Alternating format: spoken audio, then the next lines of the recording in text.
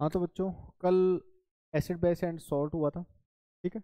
उसके अंदर एसिड्स के बारे में बताया गया था, बेस के बारे में बताया गया था। ठीक है। मैं एक बार आपको थोड़ा सा वापस रिवाइज करवा देता हूँ वही सब चीज़ें।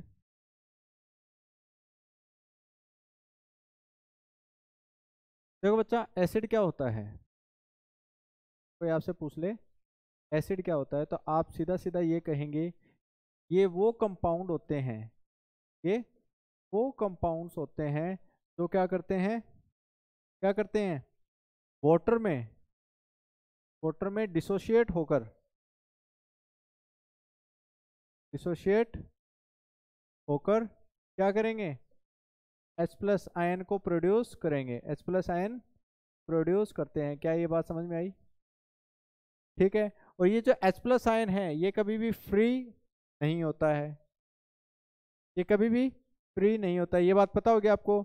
ये क्या करता है, ये वाटर के H2O के साथ में रिएक्ट करता है और क्या करता है, H3O प्लस बना लेता है। क्या बनाता है? Hydronium ion. It is called the hydronium ion. Is that clear to all of you? Hydronium ion, hydronium ion बनाता है। और इसी तरह से अगर आपसे कोई पूछ ले कि what is the base, base क्या होगा, ये वो कंपाउंड होंगे जो वाटर में डिसोशिएट होंगे, exactly OH negative ions furnish करेंगे या प्रोड्यूस करेंगे। बात आ गई समझ में? ठीक है बच्चा। ये OH नेगेटिव भी क्या है, फ्री नहीं होता, ये बात पता होगी सबको। ये OH नेगेटिव क्या करता है, ये H2O के साथ में रिएक्ट करता है ना, और क्या करता है, H3O2 नेगेटिव बनाता है। इसको क्या बोलते हैं, हाइड्रोक्सिल आयन। क्या बोलते हैं इसको? Hydroxyl ion. ये क्या होता है, हाइड्रोक्सिल आयन। बात आ गई समझ में? ठीक है। अब एक बात तो, एसिड का टेस्ट कैसा होता है? पुराने जमाने में जब बात की जाती थी कि भाई एसिड का टेस्ट कैसा होता है, सौर होता है। ठीक है। बेस का कैसा होता है, कड़वा होता है। बढ़िया बात है। अच्छा, एक बात तो, फिर आपके पास में एसिड कितने टाइप के होते हैं? दो टाइप के होते हैं। कौन से वाले होते हैं? ऑर्गेनिक और मिनरल। ऑर्गेनिक कौन सा होता है, जो नेचुरल प्लांट्स या लिविंग किंगडम से मिलते हैं, प्लांट हो गया, एनिमल हो गया, इन सब से मिलता है, वो कौन सा होगा, ऑर्गेनिक। और जिसको आप लेब में बनाते हो, जो आपको नेचुरली मिल रही है चीजें, उनको मिला के अगर आपने बनाया तो वो कौन सा होगा, मिनरल। ये बात हम जानते हैं। ठीक है। अब मेरे को बता सकते हो कि नेचुरल जो होते हैं आपके ऑर्गेनिक एसिड कौन कौन से हैं? लैक्टिक एसिड है, मेलेइक एसिड है। एप्पल में कौन सा होता है, मेलिक एसिड होता है। दही में कौन सा होता है, लैक्टिक एसिड होता है। संतरे में कौन सा होता है, सिट्रिक एसिड होता है। विटामिन सी होता है उसमें। नींबू में कौन सा होता है, सिट्रिक एसिड होता है। विनेगर में कौन सा होता है, एसिटिक एसिड होता है। ऑक्जेलिक एसिड किस में होता है, ऑक्जेलिक एसिड किस में होता है? होमवर्क है ये आपको, ठीक है, पता करना। उसके अलावा जो आपकी चींटियाँ होती है, लाल चींटियाँ, जानते हो ना, उनमें कौन सा होता है, फॉर्मिक एसिड। बात आएगी समझ में? ये सब थी। अब बात आती है कि सर स्ट्रॉन्ग या वीक। तो स्ट्रॉन्ग, अगर मैं ऑर्गेनिक और इनऑर्गेनिक की बात करूंगा तो ऑर्गेनिक जितने भी एसिड है वो सारे क्या होंगे, वीक। और मिनरल या इनऑर्गेनिक वाले होंगे वो क्या होंगे, स्ट्रॉन्ग हो गए। तो जो आपके पास में मिनरल वाले होते हैं वो कौन से हैं, HCl है, HNO3, H2SO4 है, ये तीन है, ये बहुत ज़्यादा स्ट्रॉन्ग होता है। इसके अलावा जो होते हैं वो होते हैं वीक, लेकिन एज कंपेयर टू ऑर्गेनिक वो भी क्या होते हैं, स्ट्रॉन्ग होते हैं। बात आ गई समझ में? अब बात आती है कि आपके पास स्ट्रॉन्ग एसिड कौन सा होगा। स्ट्रॉन्ग एसिड वो होगा जो अपना कंप्लीट H प्लस आयन को दे देगा। कहने का मतलब क्या है, कहने का मतलब ये है कि जैसे मैंने HCl को वाटर में डाला, डाला कि नहीं डाला, वैसे ही वाटर में डाला तो ये H प्लस एक्वस और Cl नेगेटिव एक्वस में हो गया।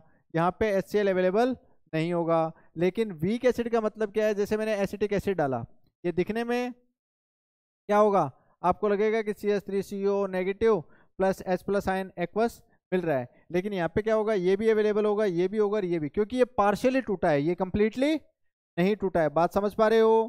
ठीक है। तो अगर आपसे पूछ ले कि आपके पास में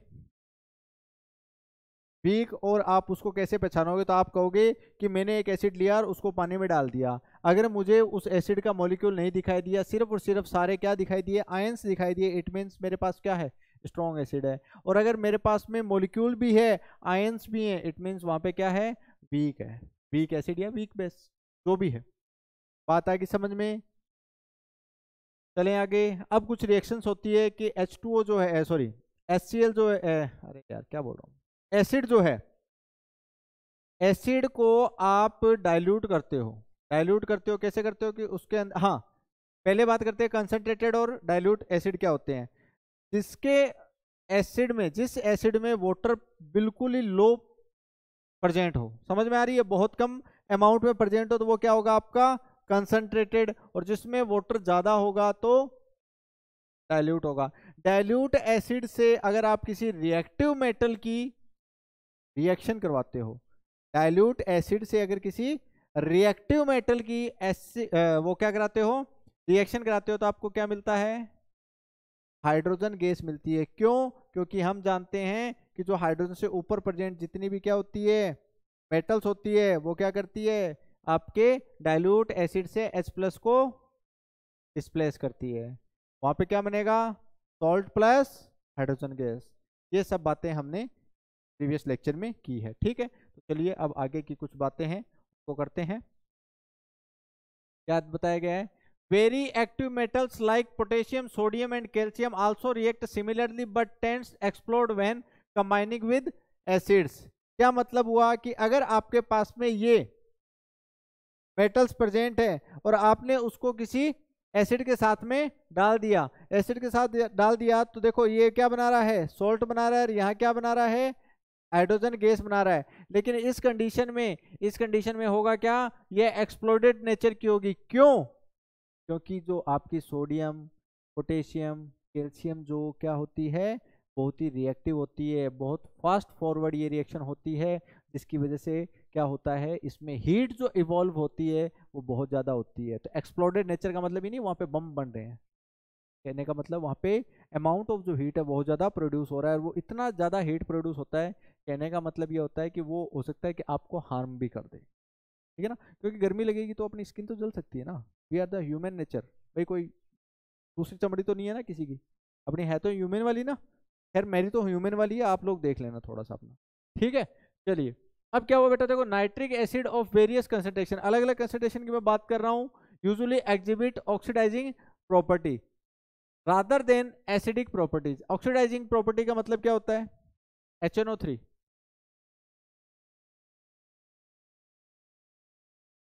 ऑक्सीडाइजिंग प्रॉपर्टी का मतलब क्या होता है?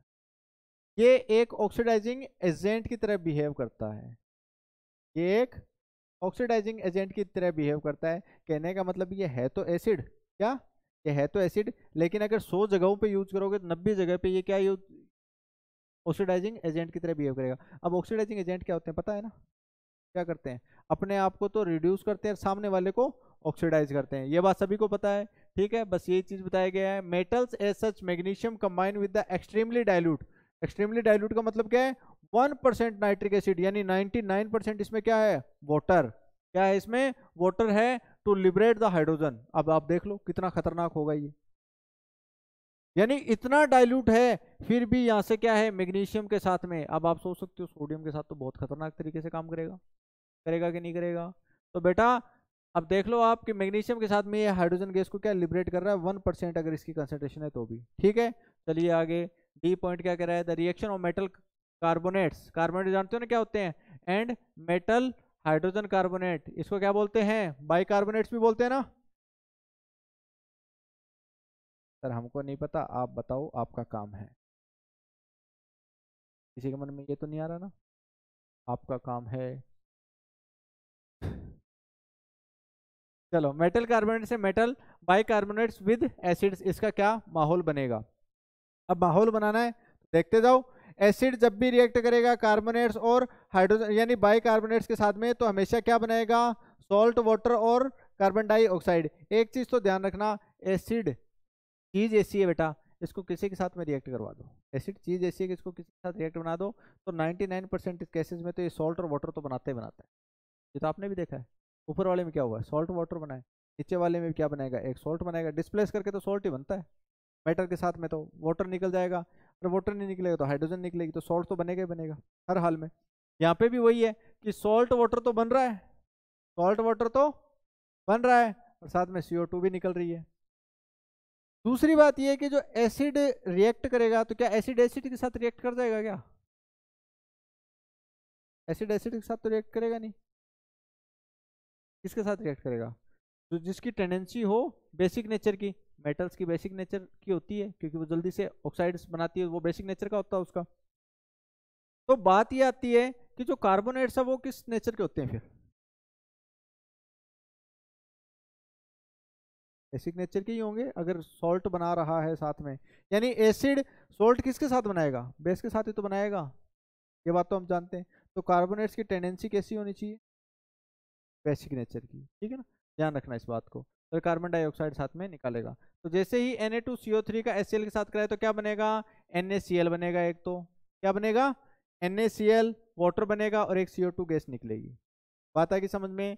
जैसे ही मैंने क्या किया, जिंक कार्बोनेट लिया तो ZnSO4, ZnSO4, एक CO2, और एक बचा हुआ क्या होगा? वाटर होगा। बात समझ में आ रही है? और इस तरह से अगर मैं यहाँ सोडियम बाइकार्बोनेट की बात करूं तो यहाँ क्या बनेगा? Na2SO4, H2O, और एक CO2। हाँ, एक CO2 भी हो जाएगी। क्या ये बात सभी को समझ में आई? क्या किसी को कोई कन्फ्यूज है? किसी की तरह भी कन्फ्यूज तो नहीं है ना? चलें आगे। चलो, अब बताओ क्या होगा न्यूट्रलाइजेशन में? क्या होगा न्यूट्रलाइजेशन में?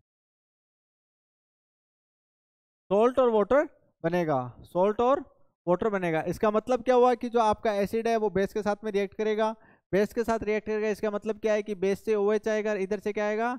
H+ आएगा। यानी H+ और OH नेगेटिव मिलकर वाटर का फॉर्मेशन करेंगे, और बचे हुए आयंस आपस में क्या बनाएंगे? सॉल्ट बनाएंगे। तो न्यूट्रलाइजेशन रिएक्शन क्या होती है कि एसिड और बेस की जो रिएक्शन होती है वो न्यूट्रलाइजेशन रिएक्शन होती है, जिसमें कंप्लीटली एसिड कंप्लीटली बेस के साथ में रिएक्ट करता है, कोई भी आयन है वो हमारे उसमें नहीं रहता है। बात आ गई समझ में? तो अब पढ़ लें इसको। क्या है? The reaction between the hydrogen ions of an acid and the hydroxyl ion of the base is called the neutralisation. In general neutralisation reaction can be written as the acid plus base, salt plus water. अब example देखो, NaOH मेरा क्या है? Base है। HCl क्या है? मेरा acid है। दोनों को मिला के क्या बनाया? NaCl, जिसको बोलते हैं सोडियम क्लोराइड। और ये मेरे पास क्या होता है? जल। क्या होता है? पानी। और क्या होता है इसका नाम? नीर, है ना? यही होता है ना? नहीं सर, हमारे यहाँ वाटर बोलते हैं। चलो कोई बात नहीं। 2 नंबर देखो, NH4OH क्या होता है? अमोनियम हाइड्रोक्साइड फॉस्फोरिक एसिड के साथ में रिएक्ट करेगा तो क्या बनाएगा? अमोनियम फॉस्फेट बनाएगा। अमोनियम फॉस्फेट के साथ में क्या निकालेगा? पानी। बात समझ में आनी? ठीक है। PbO मेटल ऑक्साइड क्या होते हैं? बेस होता है। HNO3 क्या है? एसिड है। एसिड बेस की रिएक्शन न्यूट्रलाइजेशन होगा, क्या बनाएगा? लेड नाइट्रेट बनाएगा, साथ में क्या निकालेगा? पानी। बात आ गई समझ में? चलें आगे। क्या इसमें किसी को दिक्कत है कि सर ये लेड ऑक्साइड जो है वो आपने क्यों बोला है ऐसा? किसी को दिक्कत है? जानते हो ना सारे, जो आपके पास में क्या होता है मेटल ऑक्साइड होते हैं वो क्या होते हैं? बेसिक नेचर के होते हैं। चलिए आगे क्या करते हैं? The acidic property of an acid is due to the presence of hydrogen ion while that of the base is due to the presence of OH negative ion. When the acid and base combine positively charge hydroxyl ion, वही चीज बताएगी जो अभी हमने पढ़ी है। कहने का मतलब क्या है कि एसिड का H+, एसिड का H+ और बेस का OH माइनस मिलके क्या बना रहे हैं? वाटर बना रहे हैं। हम लड़के वालों की तरफ से हैं, हम लड़की वालों की तरफ से हैं। 2 दिन बाद में क्या कहते हैं? हम एक दूसरे के सगा संबंधी हैं, यही बोलते हैं ना? तो वही चीज है, एक घर से तो आया H+, एक घर से आई OH नेगेटिव, दोनों की शादी हो गई। बात समझ पा रहे हो? ये क्या है? एक कपल है, ठीक है ना? ये बहुत ही, और इसका तो बहुत अच्छे से आप जानते होंगे वैसे इसके बारे में तो। हाँ सर, पड़ोस में रहते हैं हम तो अच्छे से जानते हैं इसके। पूछो क्या पूछना चाहते हो। पानी वानी पीते हो? चलो फिर ठीक है, फिर तो पता होगा आपको। Neutralisation can be viewed as the reaction in which the acid combine with the base. कहने का सीधा सा मतलब ये है कि जब भी एसिड और बेस की रिएक्शन होगी तो हमेशा क्या होगा, सॉल्ट प्लस वाटर मिलेगा। वाटर क्यों मिलता है, क्योंकि इधर से H प्लस आता है, उधर से OH नेगेटिव आता है, दोनों की वजह से क्या बनता है, वाटर का फॉर्मेशन होता है। यहाँ पे हीट ऑफ न्यूट्रलाइजेशन निकलती है। जो हीट होती है उसको क्या बोलते हैं, हीट ऑफ न्यूट्रलाइजेशन। क्या ये बात सभी को पता है? ठीक है ना। यानी अब अगर घर पे सर कभी पानी बनाना हो, प्यास लगी हुई, तो आप मुझे एसिड देना और बेस देना, मैं घर पे पानी बना दूँ, क्या बना दूंगी, यही बोलोगे? दिख रहा है मेरे को। Action with the basic oxides. अब बच्चों ये तो आप खुद भी बता सकते हो मेरे को, अगर मैं आपसे ये कह दूं कि बेसिक ऑक्साइड के साथ में क्या होगा, एसिड का रिएक्शन। अब बेसिक ऑक्साइड है तो ऑब्वियसली क्या बनेगा, सॉल्ट प्लस वाटर बनेगा, इसमें तो कोई दिक्कत नहीं है। अब मेरे पास में Na2O है प्लस HCl है, क्या बनाएगा, H2O प्लस NaCl। भाई कुछ भी हो, ऑक्साइड तो कुछ भी हो सकता है। मैं जैसे कौन सा, अरे यही दे दिया क्या, ठीक है। Na2O प्लस HCl क्या बना, NaCl प्लस H2O। ये क्या होता है आपके पास में, तो क्या बोलते हैं, तो बोलते हैं सॉल्ट। क्या बोलते हैं, सॉल्ट। इसके बाद आया PbO, भी बताया था ये तो, है ना। और ये देखो CO कॉपर ऑक्साइड H2SO4 के साथ में रिएक्ट किया, क्या बनाया, तो ये सारे के सारे क्या हैं, सॉल्ट हैं।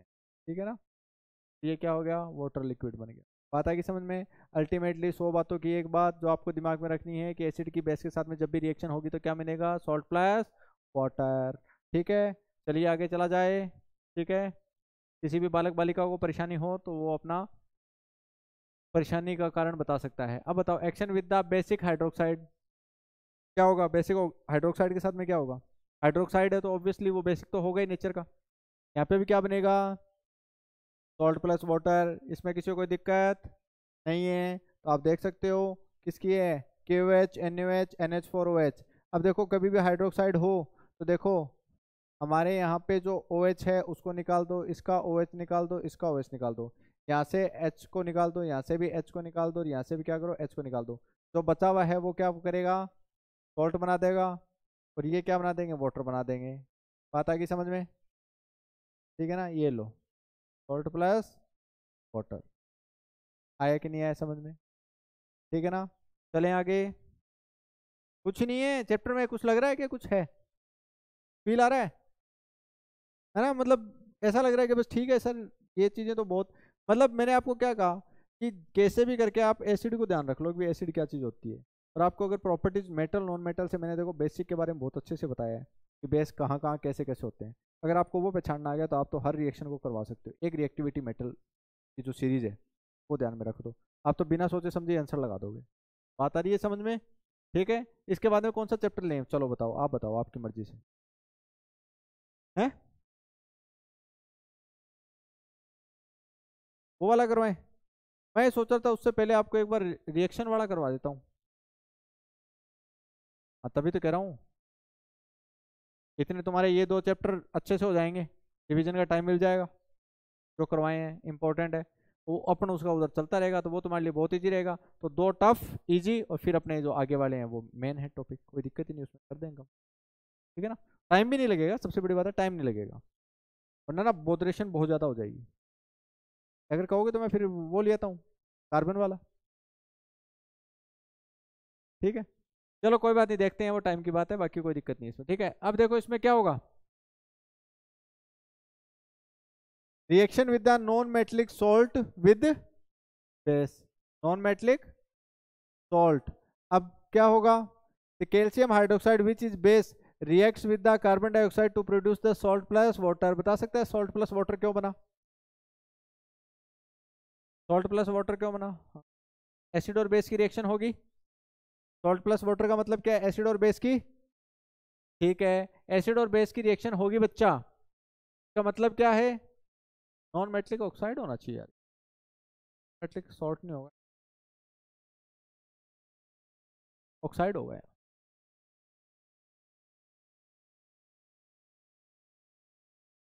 ये नॉन मेटल का ऑक्साइड है, नॉन मेटल के जितने भी ऑक्साइड है, गला फाड़ फाड़ के चीख चीख के, मैंने आपको बचपन में बताया था क्या क्या होते हैं ये, एसिडिक नेचर के होते हैं। विद्या पढ़ाई की कसम लगेगी अगर नहीं पढ़ोगे तो।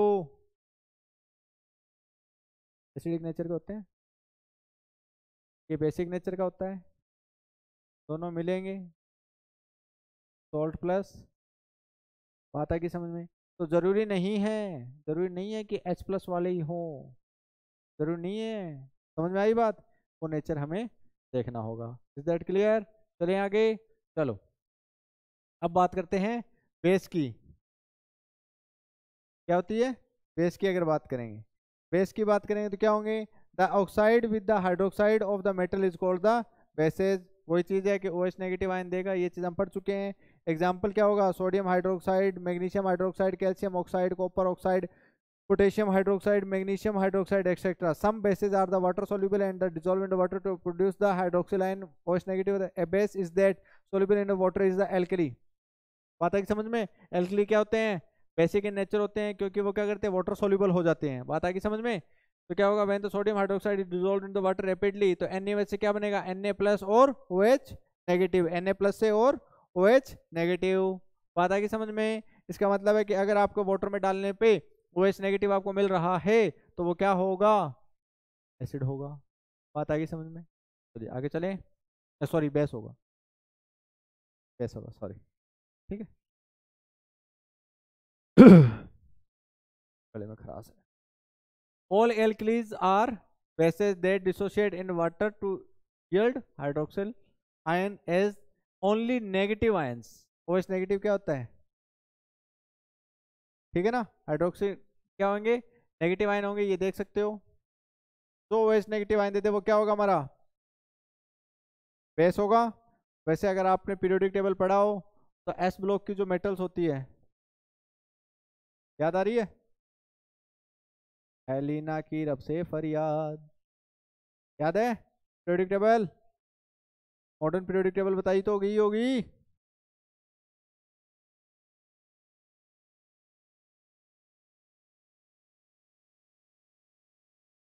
ये तो छोड़ो, ये तो ऐसे ही रहता है।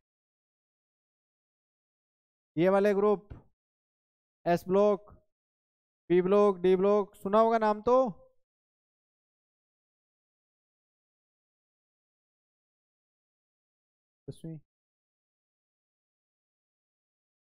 कितने बच्चों ने नहीं?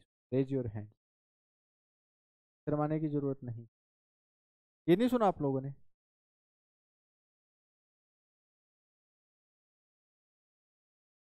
ठीक है, नहीं सुना है ना? मतलब जितना सुना है उतना ही ठीक है, छोड़ो। नहीं होता, ऐसा कुछ नहीं होता है,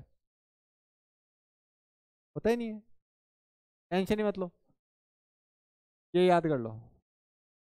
ये भी नहीं होता, है ही नहीं है। आगे जाके आएगा, 11वीं में होता है, हमारे लेवल पे नहीं है, छोड़ो। अब देखो क्या होगा?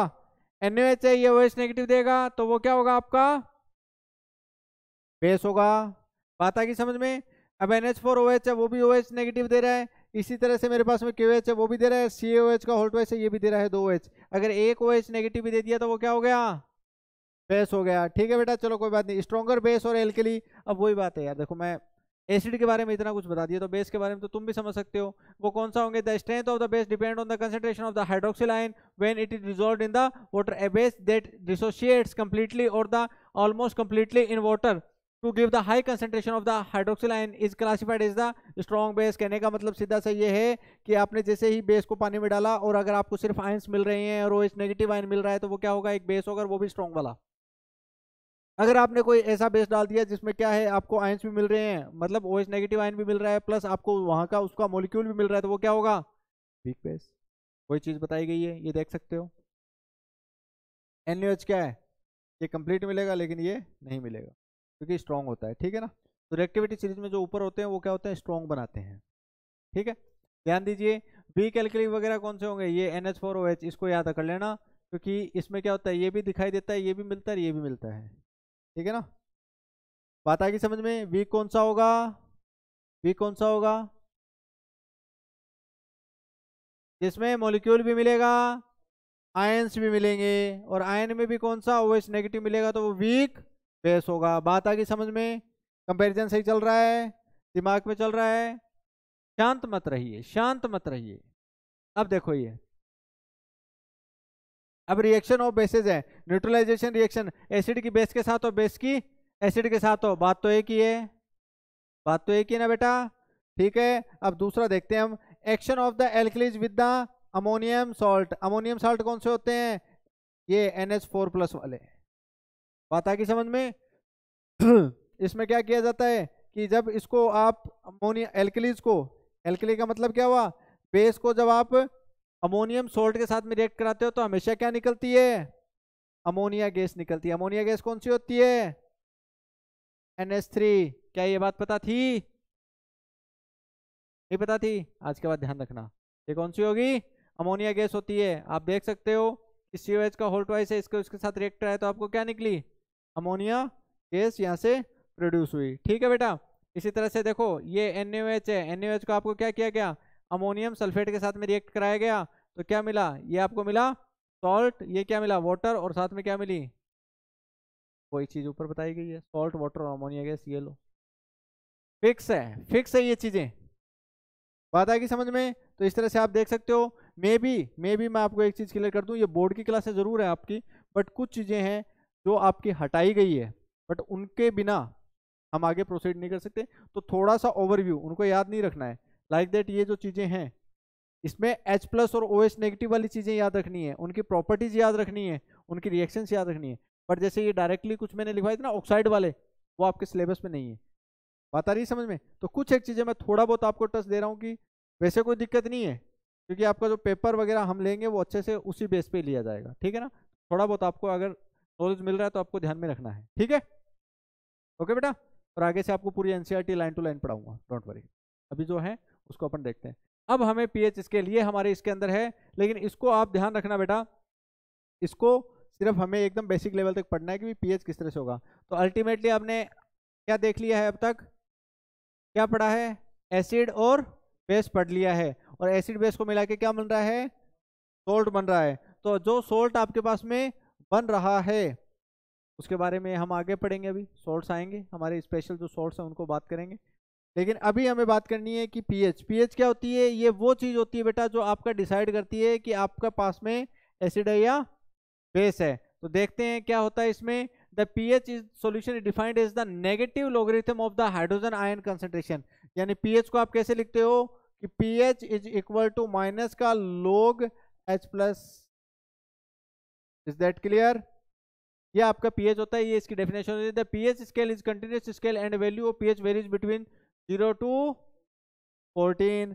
0 to 14 होती है तो मैं आपको बता दूं, ये 0 होता है, ये क्या होता है 14 होता है, और एक होता है 7 पीएच होती है जिसको बोलते हैं न्यूट्रल पॉइंट। क्या बोलते हैं इसको, न्यूट्रल। तो 0 to 7 से जो कम होगा ये हमेशा एसिडिक होगा, और यहाँ पे कौन सा होगा, बेसिक होगा। अगर आपको पता हो तो जो आपकी pH 3 होती है, 0 to 3 pH होती है वो स्ट्रॉन्ग में गिनी जाती है, और 3 to 7 किस में आती है, वीक में आती है। इसी तरह से अगर हम बात करेंगे तो 10 से 14 वाला जो रेंज होता है वो क्या होता है आपके पास में, स्ट्रॉन्ग होता है, और ये कौन सा होता है, वीक होता है। ये आपको थोड़ा सा ध्यान रखना है, ठीक है बेटा। ये सब चीजें होती है, इसके बारे में देख सकते हो। The pH of the pure और neutral water is 7। The solution having less than, वो क्या होती है, एसिडिक नेचर की होती है, और जो आपके पास में ज्यादा होती है 7 से वो क्या होती है, बेसिक नेचर की होती है। ये बात सभी को पता है।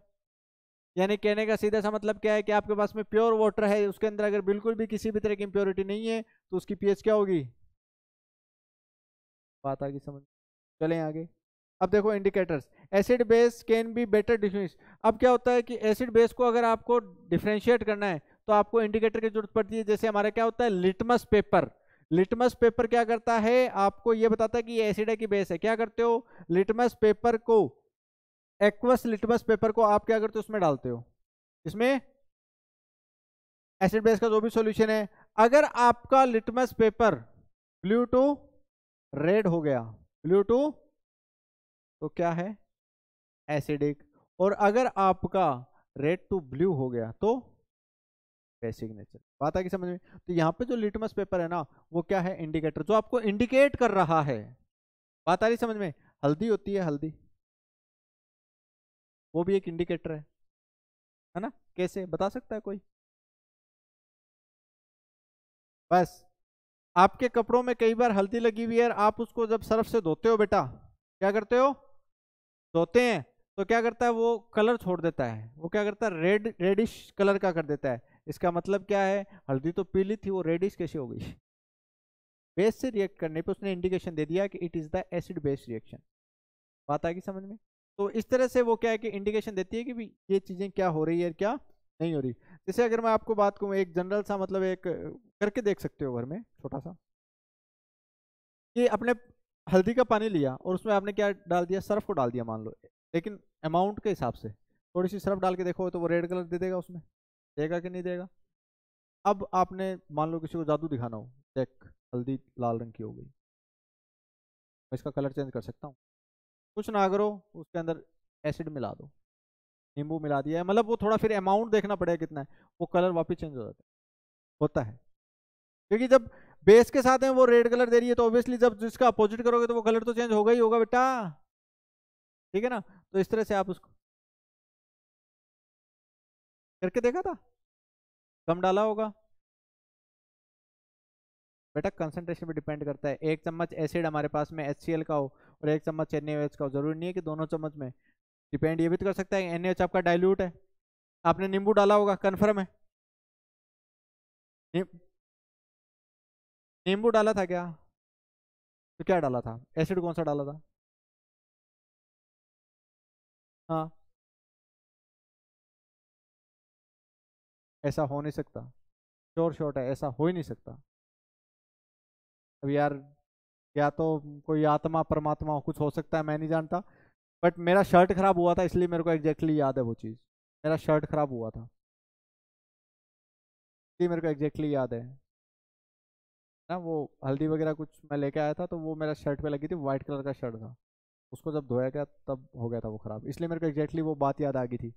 कभी बात चल रही थी इस तरह की भी, हल्दी जो होती है वो भी एक नेचुरल आपका इंडिकेटर का काम करती है, तो मैंने कहा यार ये कैसे है? फिर वो बात चली तब मेरे को याद है, हाँ यार मैंने कहा ऐसे मेरा शर्ट खराब हुआ था।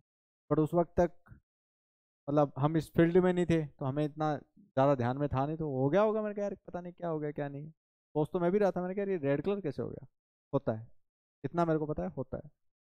चलो, वो बात आ गई समझ में? तो ये आपका क्या होता है बच्चा, इंडिकेटर होता है। ये बात आ गई समझ में? चलिए, बाकी बचा हुआ जो चैप्टर है वो कल हम प्रोसीड करें। आज के लिए इतना ही बस। Thank you. जय हिंद, जय भारत।